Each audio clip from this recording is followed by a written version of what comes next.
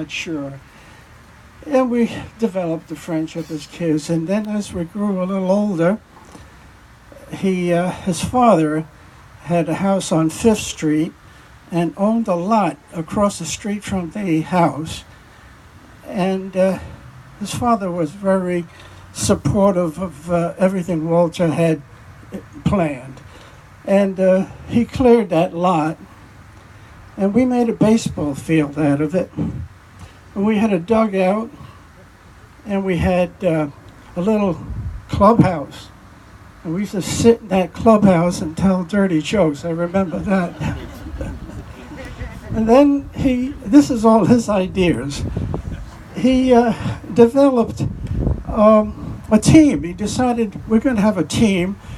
And the name of the team was the Royals. And I'm about 13 at the time, and he votes me president of the team.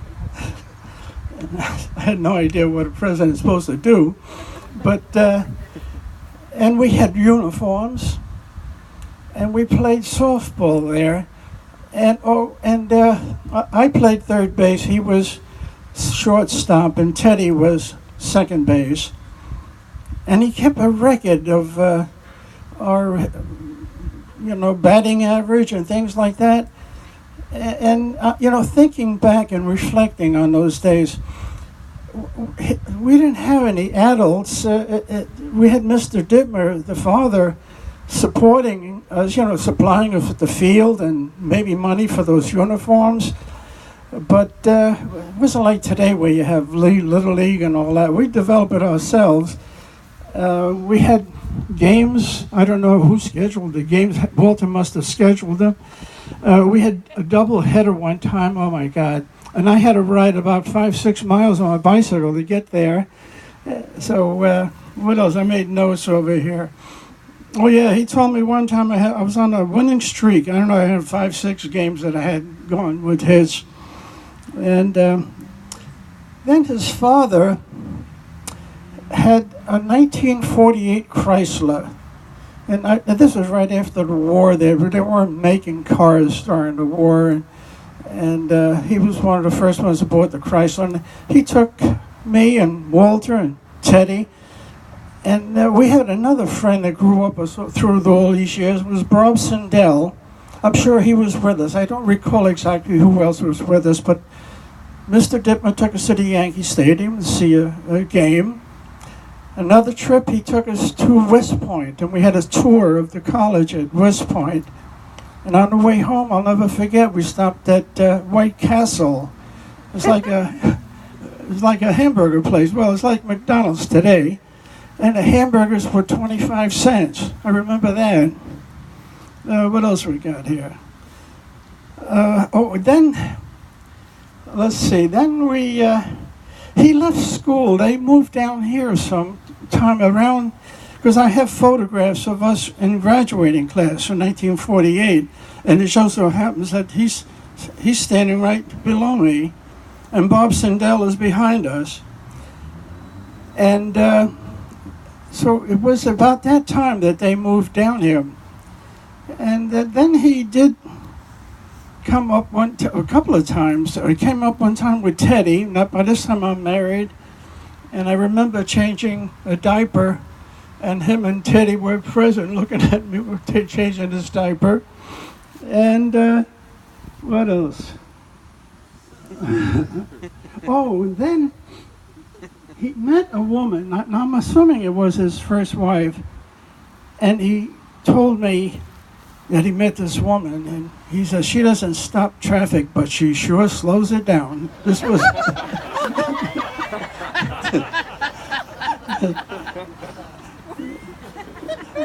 Then through the years, I don't know, we remained in touch with each other through the years. And then I remember staying at his place in, I think it was New Smyrna. He had a condo there. He surprised me a couple of times at my deli. I had gone into the deli business over there in Long Island, and one day I got a phone call. My son came over. Dad, there's a phone call. Who is it? Walter Dittmer. What? So I ran. So he showed up with Bob Sindel. Let's see, what else? Now, then at one time we were down here visiting, and he had acquired that that industrial park, and he offered me a partnership in it. Well, I wasn't financially ready for something like that. I'm sorry that I wasn't, but what else? Well, let's turn the page here. Oh, okay. Now, he always praised, Dana always had a nice word to say about his son. And Martha, she's always told me that she was the smartest woman that he ever knew, you know. I always thought it was Hillary, but...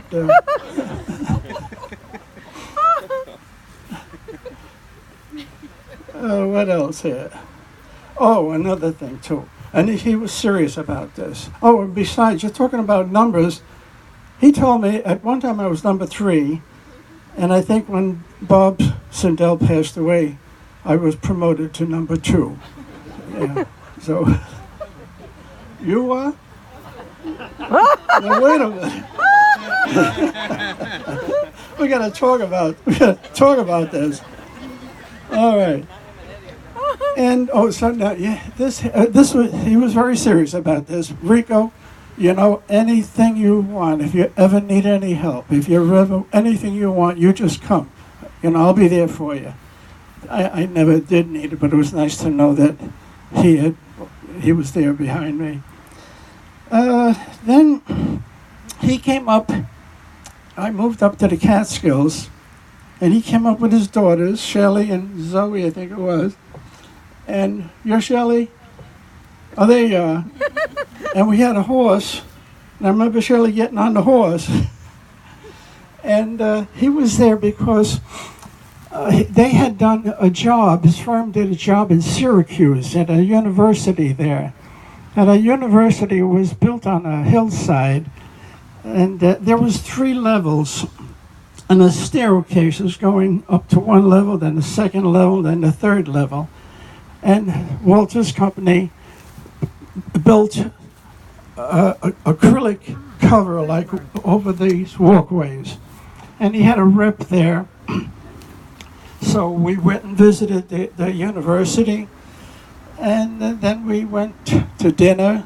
And if I remember correctly, we had a few too many drinks.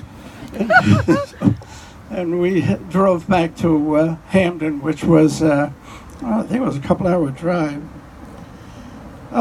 Then he visited us one time with, again, we go back to Bob Sindel had bought a motor home, and Martha and Walter and Bob and his wife drove up to Long Island. And then at one point, I think it was on that trip, the 3 of us were together. What a feeling that was, because now we're in our 70s, and the 3 of us grew up together. And I think sports had a big thing to do with it, because we played baseball, football. He played basketball on football. And, and then, I think it was, I don't know, maybe about 10 years ago, he came up with Martha and to Long Island, and I drove down from, by this time I moved up to Saratoga Springs, New York. And he bought tickets for the Yankee Stadium for me and him and his friend Vinny and Vinny's son. And we went and saw the Yankee game, and in the middle of the game, the big storm came, rain, and the wind was blowing around. So we had to leave. Oh, wait a minute. Before we left for that trip,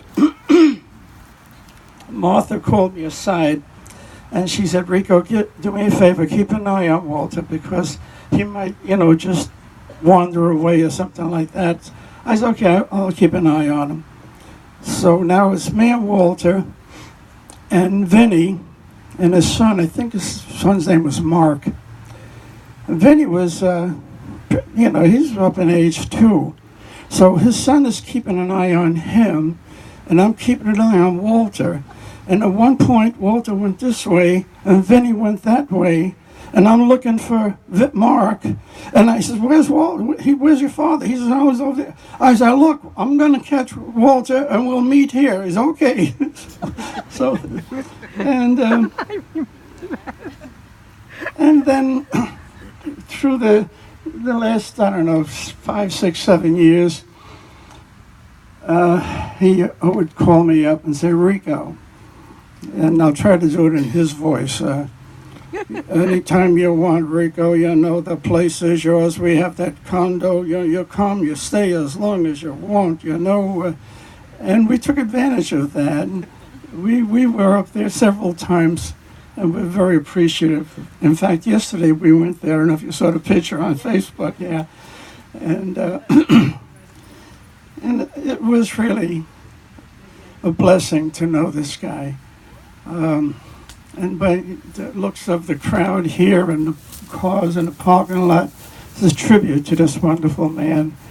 He truly was a good friend, good father, good husband. And that's about it. Thank you.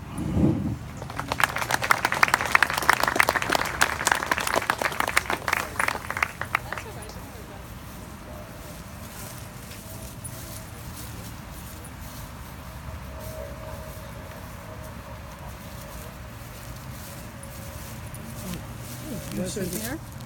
Okay. Okay, I was. Oh boy.